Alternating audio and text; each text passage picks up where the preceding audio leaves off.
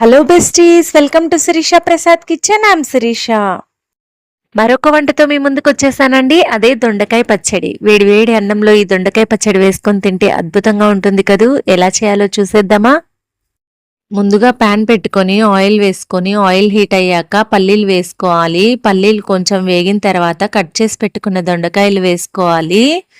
ఇలా కట్ చేసి పెట్టుకున్న దొండకాయలు వేసుకున్న తర్వాత వేయించుకొని మనం పచ్చిమిర్చి వేసుకోవాలి. తగినంత పచ్చిమిర్చి వేసుకొని కలుపుకొని మూత పెట్టుకొని మగ్గనిచ్చుకోవాలి.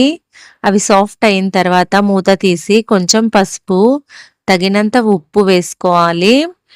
ఇప్పుడు కట్ చేసి పెట్టుకున్న టమాటోస్ కూడా వేసుకొని కలుపుకోవాలి. ఇప్పుడు దానికి తగినంత కొత్తిమీర వేసుకోవాలి. కొత్తిమీర కొంచెం ఎక్కువగానే పడుతుంది. సో ఇవన్నీ బాగా మగ్గనిచ్చి మిక్సీ జార్ తీసుకొని పేస్ట్ చేసుకోవాలి. దీన్ని రోట్లో కూడా చేసుకోవచ్చు. నేనైతే మిక్సీ పట్టేస్తున్నాను. కొంచెం కచ్చా పచ్చాగా మిక్సీ పడితే సరిపోతుంది. ఇప్పుడు ఆయిల్ తీసుకొని ఆయిల్ హీట్ అయిన తర్వాత పోపు గింజలు వేసుకొని చిటపటలాడాక దంచి పెట్టుకున్న వెల్లుల్లి వేసుకోవాలి. ఈ ఫ్లేవర్ పచ్చడికి చాలా బాగుంటుంది. కొంచెం ఎక్కువగానే వేసుకుంటాను. వెల్లుల్లి కూడా కచ్చా పచ్చాగా ఉంటే బాగుంటుందండి టేస్ట్. అలాగే కొంచెం జీలకర్ర పౌడర్ వేసుకోవాలి. ఈ జీలకర్ర మనము దొండకాయలు వేయించేటప్పుడు కూడా వేసుకోవచ్చు.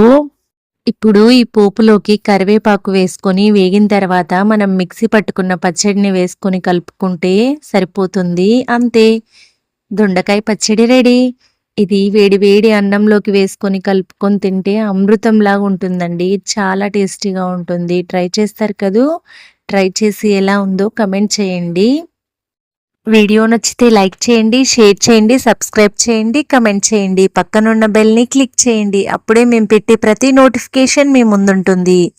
Thanks for watching. Bye besties.